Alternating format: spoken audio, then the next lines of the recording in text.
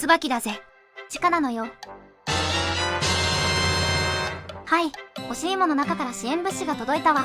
ありがとうございます。で、なんで錦蛇のぬいぐるみが欲しいものリストに入ってんだよ。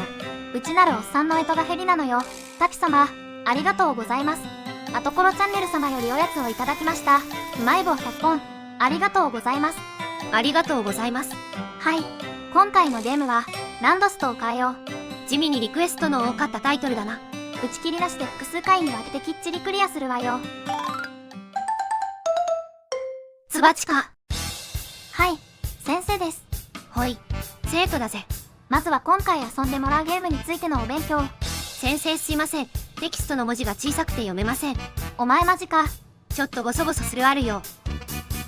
老眼鏡装着。はい、老眼鏡はユウ様よりいただきました。ありがとうございます。これだけメール便でポストに突っ込まれていて気づくのが少し遅れてしまったのだぜ。最近は10インチのタブレットでも漫画が読めないという、内なるおっさんがありがたく使わせていただいているのだぜ。話を戻すわよ。ランドストーカーについては知っているわよね。92年の秋だろう。この頃にはメガドライブに脳を焼かれていたんだ。雑誌で紹介されていた本作が欲しくて多分 PC エンジンを売っ払ったのがこのタイミングだと思う。新品で買ったのね。いや、ちょっと遅れて中古だと思う。遊んでたのは多分冬休みだ。メガドライブには冷たいファミ通でも結構な特集が組まれていたゲームなんだ。メガドライブ専門誌なら別冊の小冊子がついてくるレベルの話題作だったぞ。発売前から話題になっていたわよね。今となっちゃ大したことではないが、当時は高さの概念と奥行きを持ったアクションゲームがとにかくすごく感じたんだ。いわゆる斜めにおろし、タクティクス系でも見られたクォーター流の作品だけど、ジャンルはアクションなのよね。一言で言えば見たこともないゲームだ。静止画のみの雑誌紙面からでも訴求が強かったんだ。はい、それでは当時のファミ通のレビューを見てみましょう。結構な高得点。33点、ゴールド殿堂入り。もちろんセガの殿堂ともいえるメガドライブミニにも収録されているお墨付きタイトル。微妙なコントローラーさばきを要求されるので万人向けとは言えない。ちょっと難しいかも。斜めからの視点は新鮮で、臨場感は抜群。遊んでいてワクワクするしハマる。多少腕に自信があるなら十二分に楽しめる。基本的にゼルダっぽい。期待していたほどの真新しさはないが、魅力はいっぱい。要約したレビューはこんな感じね。椿さんは当時どう感じたのかしら？そうね、これ確実に思い出補正がバリバリに効いてると思うの。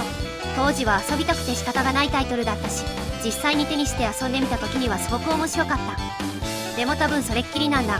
クリアはしたけど何度もやり込んだってわけでもないのよね。当時のキッズとしてはクリアしてさっさと売らないと買取価格が下がるって現金な部分も強かったんだ。この白状門、堪忍屋で仕方がなかったんや。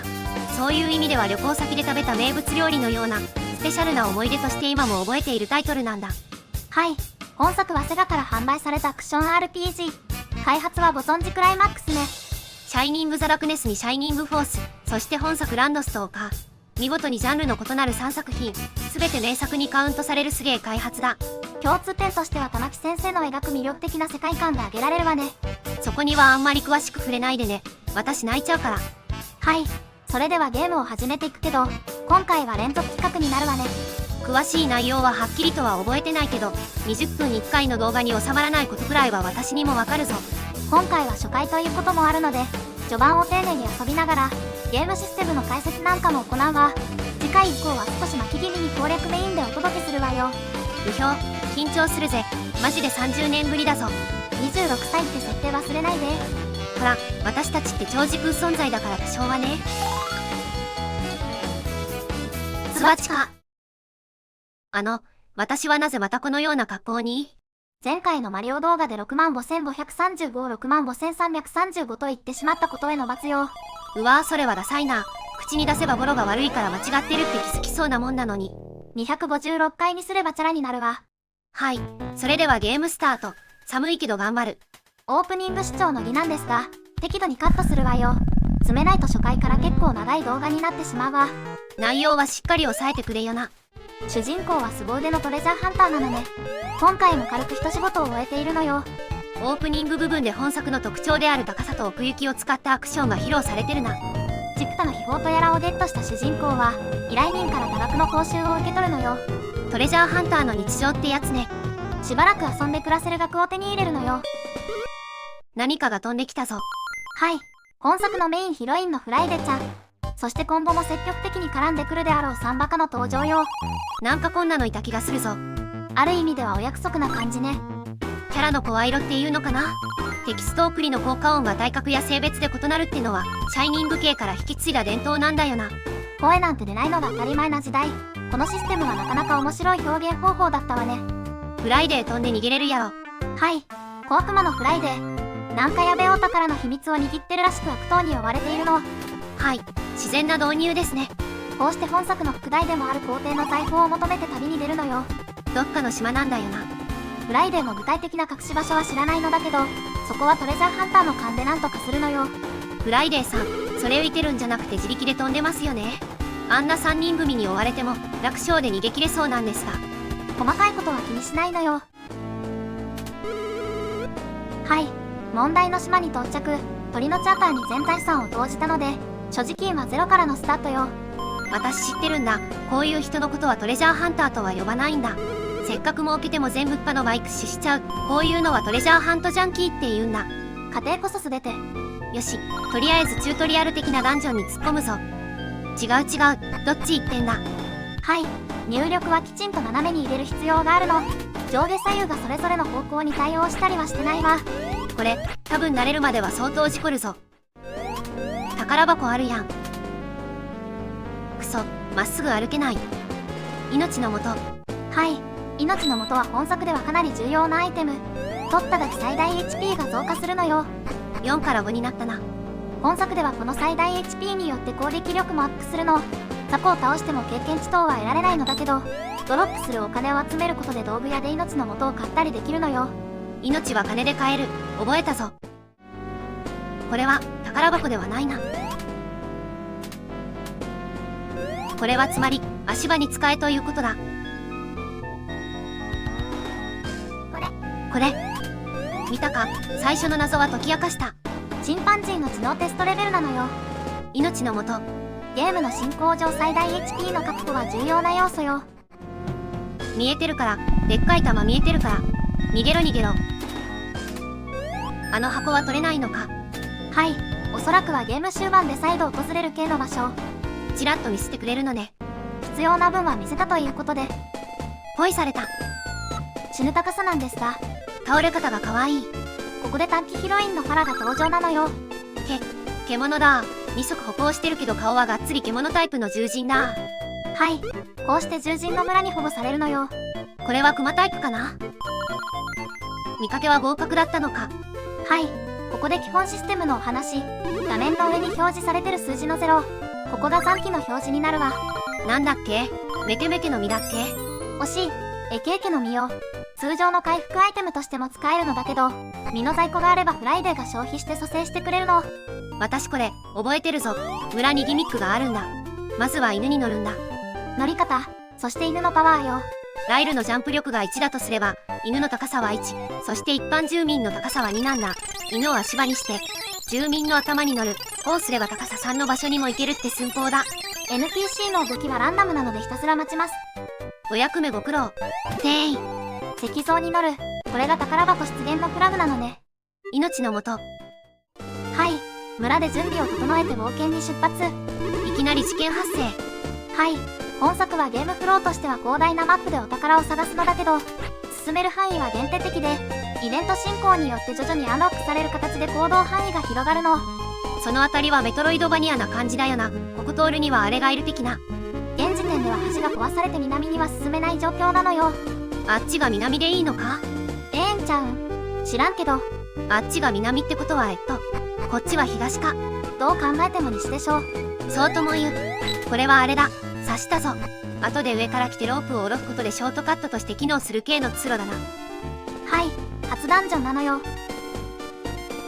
奥には何もないか。いざ突撃。ツバチか。ツバチか。おっと、シャイニングフォースで見た感じの鎧だぞ。ただの置物のようね。一つだけ色が違うぞ。特に何もないわね。絶対なんかある系だろ。チカちゃん、覚えておいて。私をメモ帳代わりにするんじゃないわよ。痛い。なんでジャンプしてるのよ。なんか私の本能がジャンプ切りを覚えているんだ。はい、座高の低い敵に使うべきではないのだけど、ジャンプ切りはとても重要なテクニックの一つなのよ。やっぱり本作では移動と攻撃は同時に行うことができないの。でもジャンプ攻撃であれば前進と攻撃を両立できるのよ。そうなんだよ。ヒットバックの隙間を詰めながら敵を壁に押し込むのに使っていた気がするんだ。カメハメがとても強いゲームなのでジャンプ切りを駆使して敵をリングサイドに押し付けるのが有効なのよ。鍵を一つ手に入れた。ダンジョンも基本的には広くてノーヒントなことが多いのだけど、進める範囲が鍵やギミックで限定されているのであまり迷子になって困るという作りでもないのが特徴ね。この感じ、あの下り階段はミスって落ちた際に戻ってくるルートだな。適当に進んだ結果として敵がわんさかいるのに鍵がなくて行き止まりってケースもあるの。ルートを把握していれば必要最低限のバトルに抑えることも可能なの。快適に遊ぶなら攻略サイトの力を借りるのもありだぞ。むしろ完璧を求めるなら事前情報も欲しいところね。命の元が結構隠されていたりもするので、一つ一つチェックしながらコンプリートを目指すのよ。知ってると楽できる要素も多いんだよな。ここは通れないな。はい、別のルートを探すのよ。鍵付きの扉があったわね。大丈夫だ、覚えているぞ。あれ、これどうやって開けるんだ？メニューを開くのよ。了解だ、理解した。なんかさ、鍵のかかってる扉とかいかにも順路じゃん。そう考えると貧乏症の私は脇道から先に進んでしまうのだ。気持ちはわかる。脇道の宝箱に強い装備とか入ってるならボスに行く前に回収したいってのは自然な考え。ゲームによってはボス倒したらそのダンジョンにもう入れなかったりってのがあるだろう。なんか損するのが嫌なのでしっかり探索する癖がついているのだと思う。あまり攻略サイトに頼りたくないと思いつつも、取り返しのつかない要素は事前に押さえておきたいわね。はい、さっき踏んだスイッチで道を塞いでいた鎧が動いてくれたぞ。階段を登って上に進むのよ。ちょい。なんだよこれ、モンスターハウスじゃねえか。心の準備できてないからね。死んだ。先生、お願いします。はい、身を消費して蘇生。これ、持てるだけ持って出陣していた気がする。お店で1つ15ゴールド、ダンジョン内の宝箱やモンスターからのドロップでも入手できるわ。なんかおるぞ。はい、村での情報収集の場面をカットしてしまったけど、滝壺じいさんが島のことに詳しいということで話を聞きに来たのよ。何か重要なヒントがもらえるんだな。大した情報はもらえないの。古い本で調べておくってことでお話は終了なのよ。でも次のイベントのフラグは成立したので村に戻るわよ。いざ徒歩で帰宅。あれ、こんなところに下り階段なんてなかっただろう。道中のスイッチに連動していたのかしらね。帰宅用のショートカット通路かと思ったけど宝箱だな。命の元大事。お、橋が直ってるけどまだ通れない感じ。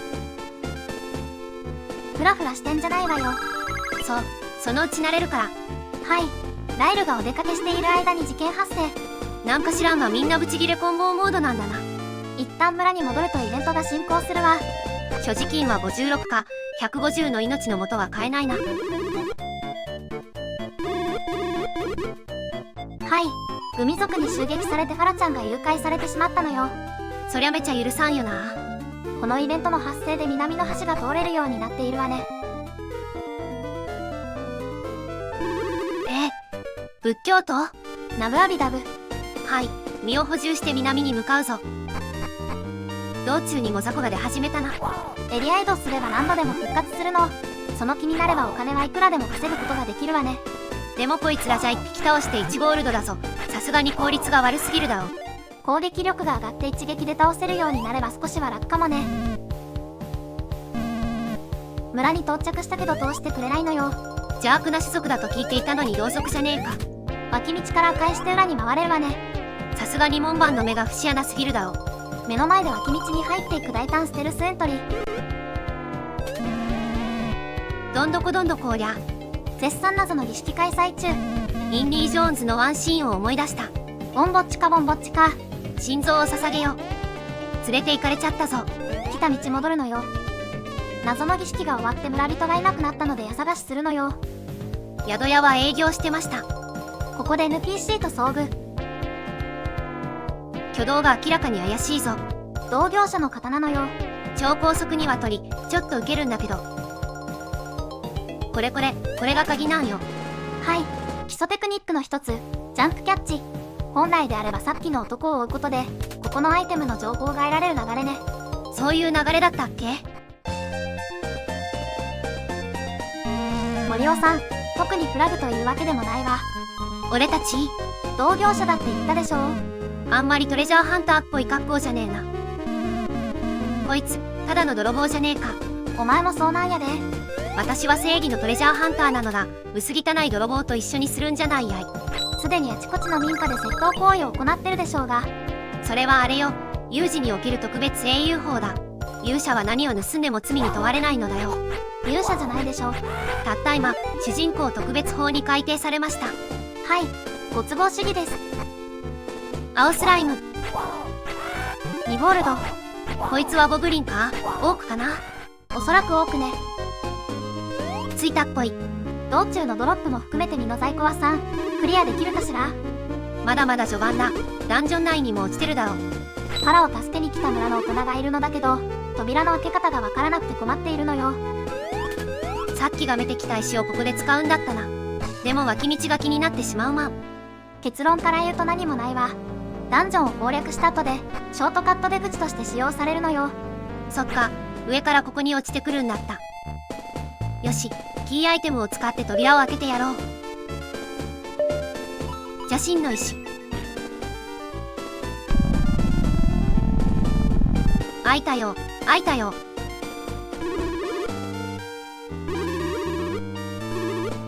だから開いたって。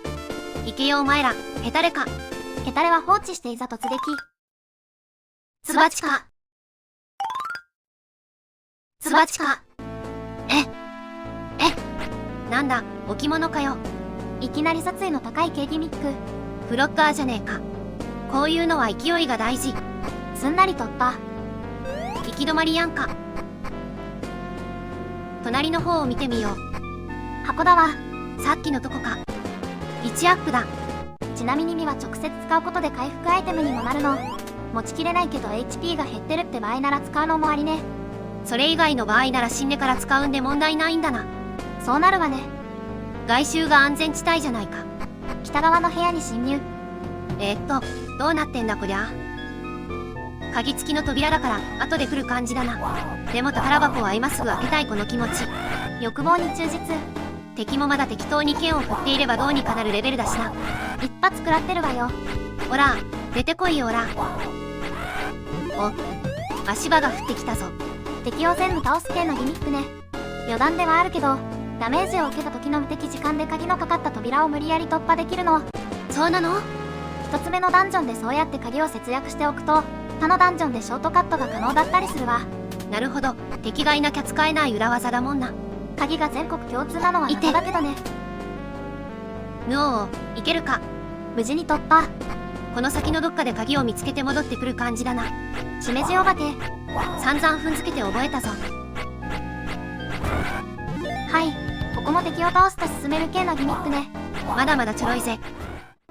現時点では取れない箱を横目に前進。ここも敵を全て倒す系の部屋ね。1匹ずつな、いっぺんに来るんじゃないぞ。剣を振るだけでまだ大丈夫。はい、オッケー。こっちから行こうかな。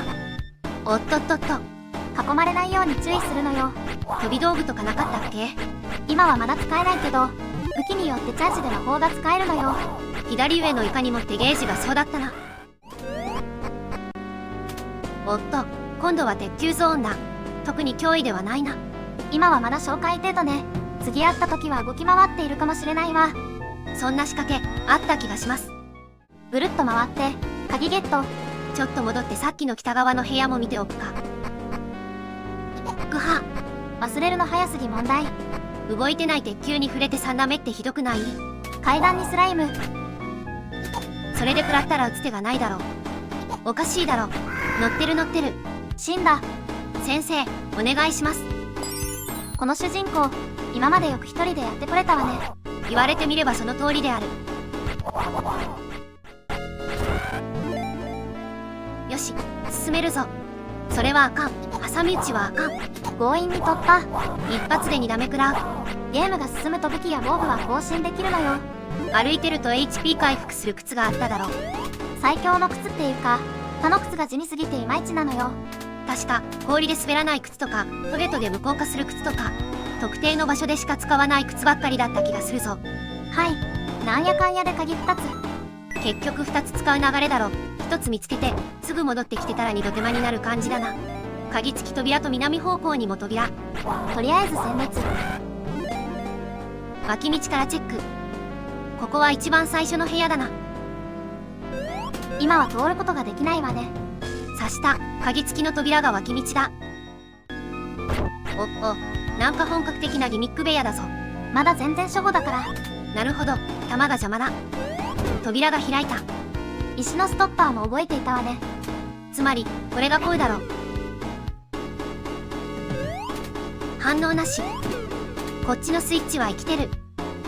これ動いたみたいね。この程度のセキュリティでは一流のトレジャーハンターは止められん。ダメだわこれ、死んだわ。判断が早い。こんなん絶対落ちるやんか。まだ操作が怪しいんだ。ジャンプボタン確認。そのレベルかよ。ナムさんまだナムさんアタックには早いわよ。てやー。よし抜けたぞ。スイッチを踏むと言って時間が現れる足場ね。消えるの早すぎだろ。なんでそっちに戻るの？無敵時間に突破すればよかったのに。